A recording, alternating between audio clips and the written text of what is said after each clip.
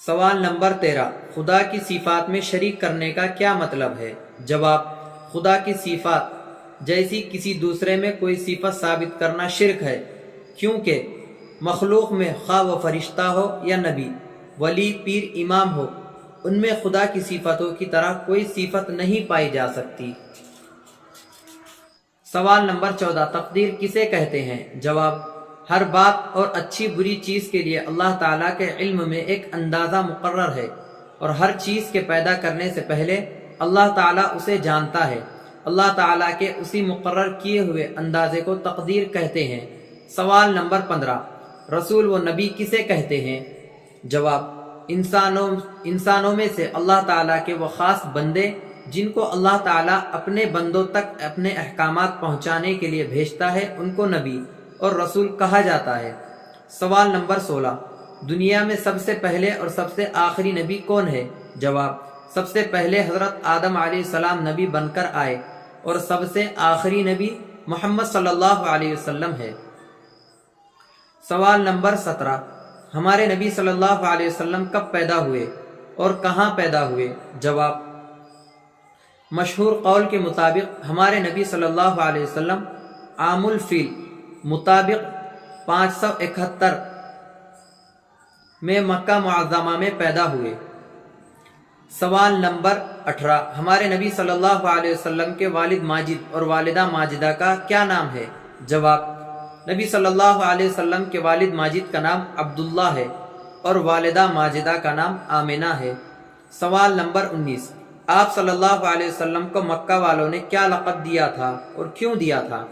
جواب، نبوت ملنے سے پہلے آپ صلی اللہ علیہ وسلم کو مکہ والوں نے الصادق الامین کا لقب دیا تھا، کیونکہ آپ سے کبھی جھوٹ اور خیانت کا صدور نہیں ہوا۔ سوال نمبر 20، حضرت محمد صلی اللہ علیہ وسلم کب نبی بنائے گئے؟ جواب، آپ صلی اللہ علیہ وسلم کو 40 سال کی عمر میں نبی بنایا گیا۔ سوال نمبر 21، وحی کسے کہتے ہیں اور اس کی شرعی حیثیت کیا ہے؟ جواب، اللہ کا جو پیغام نبی پر نازل ہوتا ہے اس کو وحی کہتے ہیں۔ نبی کا خواب، کشف اور الہام سب وحی کا درجہ رکھتے ہیں، اور وحی کی طرح سب حجت ہے۔ سوال نمبر 22، الہام کسے کہتے ہیں اور اس کی شرعی حیثیت کیا ہے؟ جواب، اللہ کی جانب سے نیک بندوں کے دل میں کوئی بات آنے کا نام الہام ہے۔ اگر الہام شریعت کے موافق ہو تو وہ معتبر ہے، اور اگر خلاف شرع ہو تو معتبر نہیں، بلکہ وہ شیطانی خیال اور وسوسہ ہے۔ سوال نمبر 23، حضرت محمد صلی اللہ علیہ وسلم پر وحی کہاں نازل ہوئی؟ جواب، حضرت محمد صلی اللہ علیہ وسلم پر سب سے پہلی وحی غار حرا مکہ مکرمہ میں نازل ہوئی۔ سوال نمبر 24، وحی کے بارے میں آپ صلی اللہ علیہ وسلم نے سب سے پہلے کس کو بتلایا تھا؟ جواب، ام المؤمنین حضرت خدیجہ رضی اللہ عنہا کو۔ سوال نمبر 25، سب سے پہلی وحی میں کتنی آیتیں نازل ہوئی؟ جواب، سب سے پہلی وحی میں 5 آیتیں نازل ہوئی۔ اقرأ بسم ربک الذی خلق، خلق الانسان من علق، اقرأ وربک الاکرم، الذی علم بالقلم، علم الانسان ما لم یعلم۔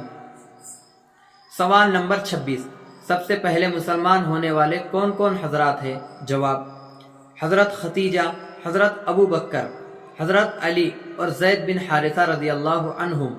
سوال نمبر 27، نجاشی بادشاہ نے کس کے ہاتھ پر اسلام قبول کیا اور کب وفات پائی؟ جواب، حضرت جعفر بن ابی طالب رضی اللہ عنہ کے ہاتھ پر 6 ہجری کے اخیر میں اسلام قبول کیا، اور غزوہ تبوک کے بعد ماہ رجب 9 ہجری میں وفات پائی۔ سوال نمبر 28، حضور کا ایک معجزہ معراج ہے، آپ بتائیے معراج کسے کہتے ہیں؟ جواب، حضور صلی اللہ علیہ وسلم کو اللہ تعالیٰ نے جاگتے میں جسم کے ساتھ مکہ سے بیت المقدس تک، اور وہاں سے 7 آسمان پر، اور وہاں سے جہاں تک اللہ کو منظور ہوا پہنچایا، اور پھر واپس مکہ پہنچا دیا۔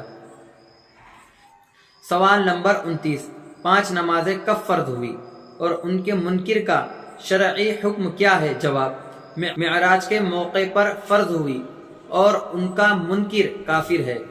سوال نمبر 30، معراج کب ہوئی اور معراج نبوی صلی اللہ علیہ وسلم کے بارے میں مسلمانوں کو کیا عقیدہ رکھنا چاہیے؟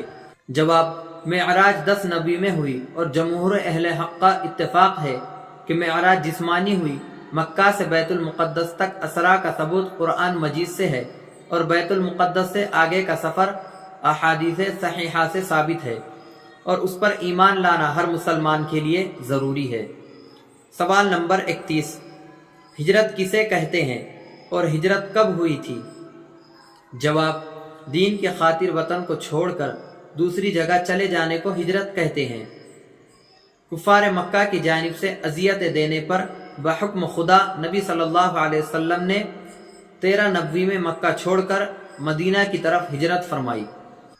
سوال نمبر 32، سفر ہجرت کے دوران غار سور میں حضور صلی اللہ علیہ وسلم کے ساتھ کون تھا اور اللہ نے حفاظت کے لیے کیا انتظام کیا تھا؟ جواب: سفر ہجرت میں آپ صلی اللہ علیہ وسلم کے ساتھ ابو بکر صدیق رضی اللہ عنہ تھے اور حفاظت کا انتظام یہ تھا کہ کفار و مشرک پہنچ کر بھی آپ کو نہ دیکھ سکے۔ سوال نمبر 33، جمعہ کی نماز کب فرض ہوئی اور سب سے پہلے کہاں پڑھی گئی؟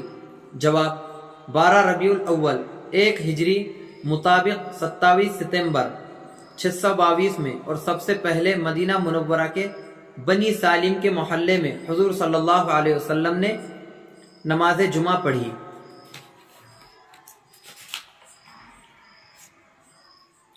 سوال نمبر 34، حج کب فرض ہوا؟ جواب: حج 9 ہجری میں فرض ہوا۔ سوال نمبر 35، اذان کی ابتدا کب ہوئی اور کس طرح ہوئی؟ جواب: اذان کی ابتدا 2 ہجری میں ہوئی۔ کلمات اذان کو حضرت عبداللہ بن زید رضی اللہ عنہ نے خواب میں فرشتے سے سنا تھا، جس کو اللہ کے نبی صلی اللہ علیہ وسلم نے 5 نمازوں اور جمعہ کے لیے مسنون قرار دیا ہے، اور اذان کے الفاظ توقیفی ہے، یعنی اس میں کمی زیادتی نہیں کی جا سکتی۔ سوال نمبر 36، روزہ کب فرض ہوا اور اس کے منکر کا شرعی حکم کیا ہے؟ جواب: روزہ 2 ہجری میں فرض ہوا اور اس کا منکر کافر ہے۔ سوال نمبر 37، حجۃ الوداع میں آپ صلی اللہ علیہ وسلم کے ساتھ کتنے صحابہ تھے؟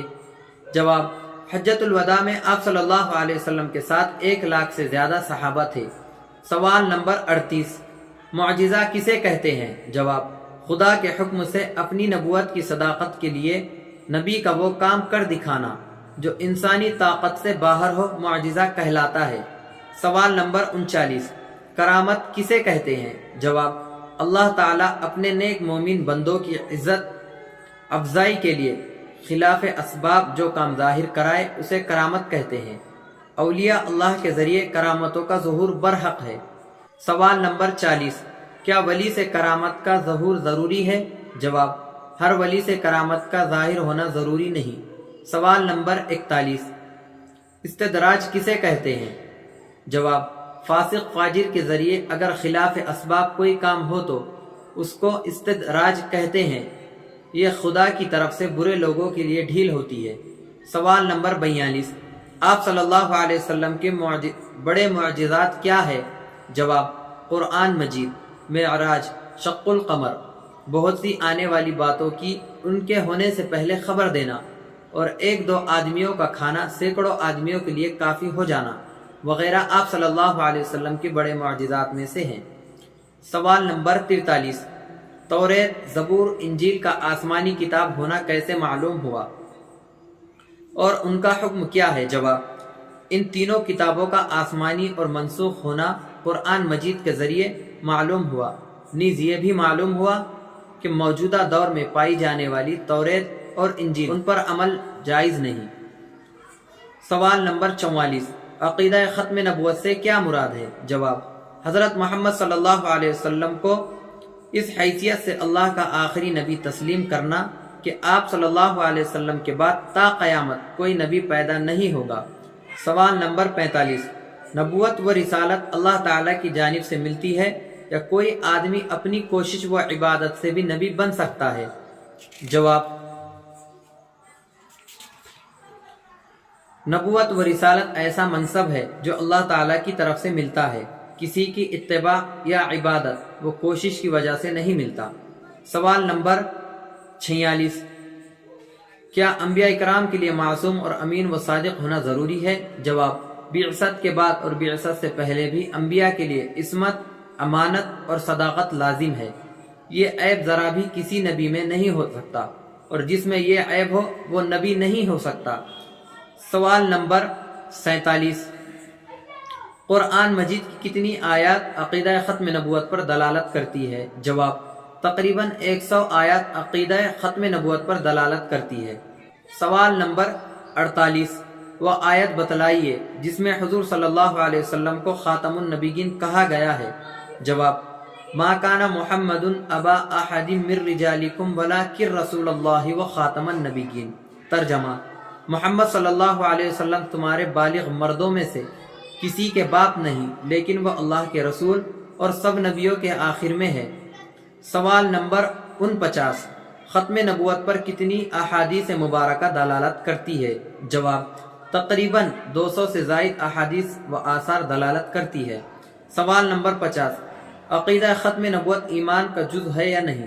جواب، عقیدہ ختم نبوت ایمان کا جزو ہے، حتیٰ کہ قبر کے مختصر سے سوال و جواب میں مومن بندہ کہے گا، الاسلام دینی و محمد النبی وہو خاتم النبیین۔ اسلام میرا دین ہے اور محمد صلی اللہ علیہ وسلم میرے نبی ہے جو تمام نبیوں کے اخیر میں ہے۔ اسی طرح 2 قسطوں میں اور 50-50 سوالوں کو آپ کے سامنے پڑھ کر سنایا جائے گا اور ویڈیو کی شکل میں آپ تک پہنچایا جائے گا۔ آپ اس چینل کو ضرور سبسکرائب کریں تاکہ 2 قسط اور آپ تک پہنچے۔ اسی طرح مسابقے کی تمام اپڈیٹ آپ تک پہنچے۔ جزاکم اللہ۔ السلام علیکم ورحمۃ اللہ۔